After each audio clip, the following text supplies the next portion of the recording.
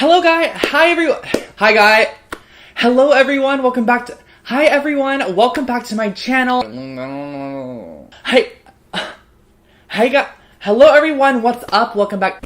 I'm so strange. I don't know how to film videos anymore. I haven't filmed them in like 2 weeks. All I need is you, baby, baby. Hello everyone, welcome back to my channel. It is Drew here from Lone Fox, and honestly, I don't even remember how to film videos. Like, I'm very shook right now. I have not filmed a video in 2 weeks, which is so unlike me, and I am just back in my jam today, and I am so excited to kick off 2019. Clearly, I'm already going crazy in 2020 because I still think it's 2019 with a DIYing your DMs video. This has been a video that has been super requested by you guys, and I've done them twice on my channel in the past. I definitely want to give credit to the Sorry Girls here on YouTube, which I will make sure to link their channel below for you guys. They actually have a series as well where they DIY your DMs, and I saw it on their channel. I was like, this would be so much fun to do on mine, and I absolutely love it. I've done 2 videos in the past, which I'll make sure to put in cards up here if you guys want to check them out. So yeah, basically you guys asked for these projects, and I'm going to be delivering them in DIY form for you. And if you are not already, make sure to subscribe to my channel. I post brand new videos here on Lone Fox every single week on home decor, DIY, and make sure to click that bell icon next to the subscribe button just so that way you are notified every time I upload brand new videos. I think we're over me speaking at the moment because you guys have literally been neglected of my DIY project recently, so we need to jump right in immediately. So let's get started. The first project I'm going to be creating today was sent over to me by Bren_Delport, and he or she sent me this image here, which I'm going to pop up on the screen. It's probably easier for you guys to see, but it is basically these really, really cool kind of geometric air plant holders, and there's a wooden version and there's also a cement version. Now, I feel like the wooden version is pretty self-explanatory. Like, you would just literally get a piece of wood, drill a hole in the top of it, and stick that little wire piece in there, which I'm going to show you how to recreate. But I'm going to be doing the cement one today because I want to share with you guys how to create your very own DIY mold, also mix up the cement, pour it in, and then just create that little wire twister so we can create our very own air plant holder. But let's start crafting up these air plant holders. So jumping into project number 1, I'm going to be using a ruler, duct tape, X-Acto knife, really thick aluminum wire, and also chipboard. And chipboard is basically like a very thick cardstock. It's kind of like what book covers are made of. And what I'm going to start off by doing is using a ruler and pen just to mark out my cut sections. And the cut sections you're going to be needing are 4 pieces at 3.5 by 5.5 inches, and then 1 piece at 3.5 by 3.5 inches. And the best way to cut this chipboard is to use an X-Acto knife and a ruler and to just go over the same section multiple times until you reach like the bottom, and you cut through it. And I also had a piece of wood just to protect my surface. That way the X-Acto knife didn't like mar my marble surface. So these are the ending result pieces. You're gonna need this little 3.5 by 3.5 piece as well. So what we're doing is we're gonna be creating a cube with no top. So how I'm doing this is I'm using duct tape, and I'm gonna be duct taping these pieces together. And when you duct tape them, make sure to leave about 1/8 of an inch in between, as you can see here. Then apply the duct tape. That way, when you fold it, there's enough space for it to fold on top of each other and kind of create that joint section. And just cut out any excess duct tape that you don't need anymore. And then we're also going to be attaching all of the sides to each other. That way we have a finished off mold. And the reason I'm making my own mold is typically when I use cement, I could find something like a food container or a Tupperware or something that I can use as my mold, but there was nothing that was super cube shaped like this that I could find. So I decided to make my very own, and this was the ending result. So just make sure that everything is nice and secure. You can add additional duct tape if needed. And I went ahead and got some of this concrete mix. This is just from Home Depot. And what I'm going to be doing is just mixing it up with a bit of water to create a really smooth consistency. I like to also only apply little bits of water and then really stir it, because the water can go a long way. It might look dry, but when you start incorporating it, it can really easily get a lot more wet than you think it is. So then I filled up my mold, and I thought this would be enough, but it only filled it about maybe 2/3 of the way. So I created another batch of concrete and then just filled it all the way up to the top portion. Once that was done, I knew I needed to create this little wire section. So this wire here is a 12 gauge wire from Joann's Fabrics, and I just cut a probably like 12-inch piece, and I'm just literally spiraling it as shown in the photo. It's a very organic shape, so there's no rhyme or reason to this. And just make sure you leave about a 4-inch tail as well.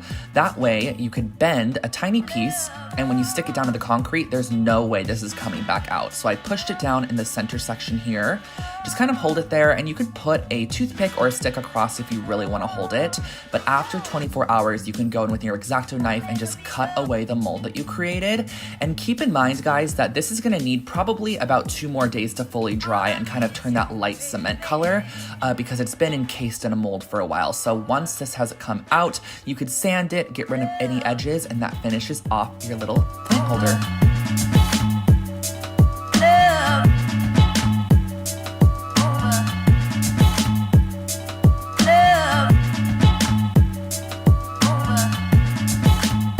This next project here is one that you guys have been asking me to do for so long, and one of my Instagram followers, her name is crown__Jules, sent over a message. She said, "Hi Drew, I would love for you to create a DIY version of DIY.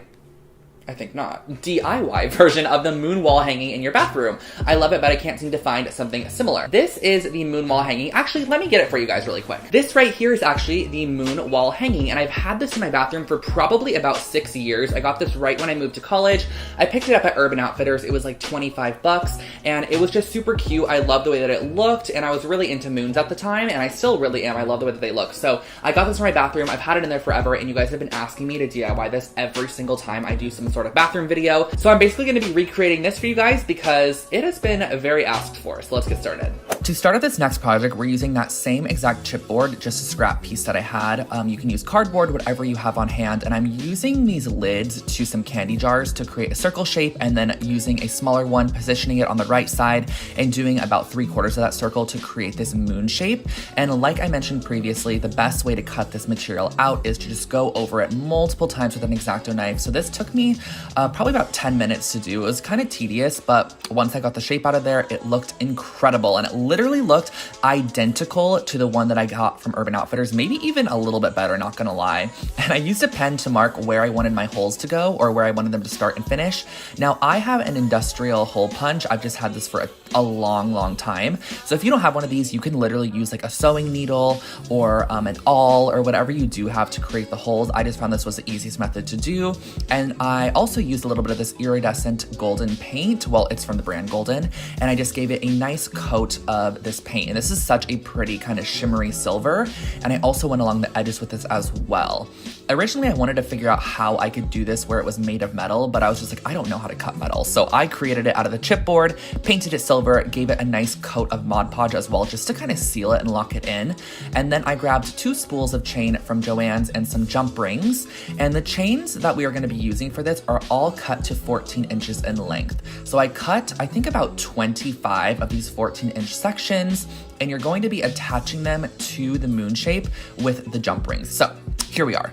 I opened them with 2 pairs of pliers. I slipped the jump ring on the moon shape, slipped the chain through the ring, and then just closed the ring up. It's super simple. So once again, opened up the ring, slipped the chain on, slipped it through the next hole, and you're gonna be working your way down and then just closing up the ring. And all you have to do is make sure to pull the rings, pull 1 plier towards you and 1 plier away, and then slip the chain on. And then this is the finished off section. Once you are all fully done adding all your chain pieces on, you can add a little chain to the top, which is gonna be the hanger. Mine actually has a thicker chain, but I was like, I'm just gonna use a thinner chain, and I attached it with 2 rings. That's how you hang it up, and that finishes off your moon hanging.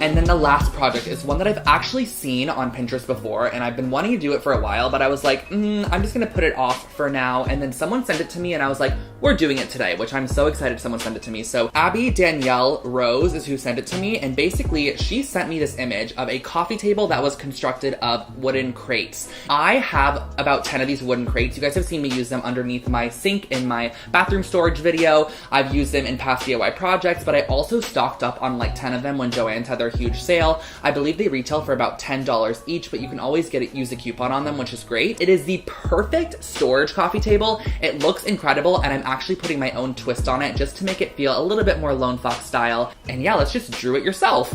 You know I had to save the best for last, so I'm using 4 of these wooden crates from Joann's Fabrics, and I'm also using 2 pieces of wood. I got these cut to 27.5 by 27.5. And I'm also using these small hairpin legs. I featured these on my channel in the past and I'll link them below for you guys. They're from Amazon.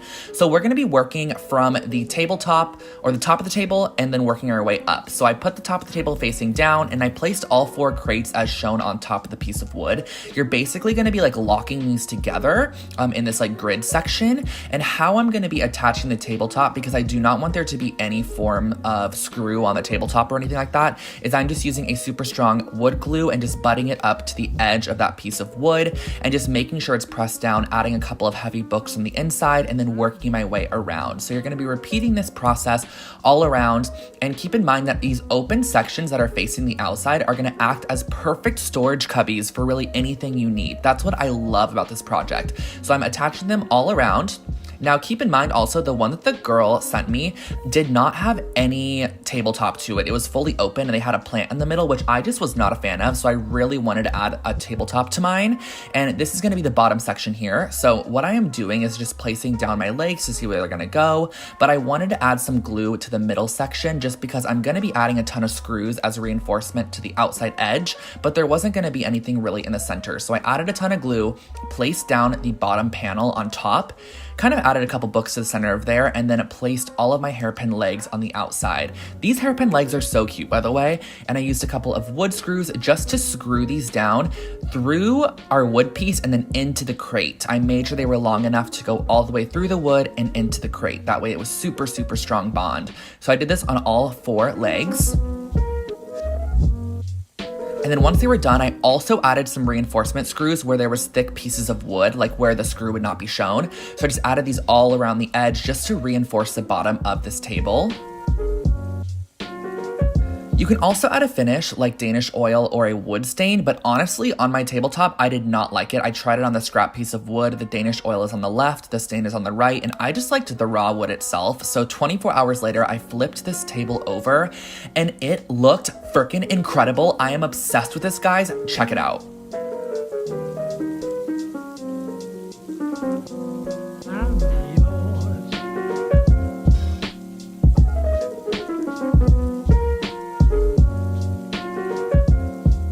Alright guys, so that was today's little episode of DIYing your DMs. I hope that you enjoyed this one as much as I enjoyed creating it. It felt so good getting back into the vibe of things, and I'm very, very excited for what is coming in 2020. You guys have no idea like what I have planned. There are so many room makeovers, so many fun things. So if you are not already, make sure to subscribe to my channel. You can click the red subscribe button below and click the bell icon next to it because you want to be notified when I upload new videos. And why are my hands so freaking white? Look at this. They are paper. I'm very confused. They're like white and pink. What is that? And lastly, don't forget to follow me on Instagram at LoneFoxHome, and you can DM me projects you would like to see me create here on my channel in this little DIYing your DM series. So I will catch you on the next one. I hope you have an amazing rest of your day, and yeah, bye guys!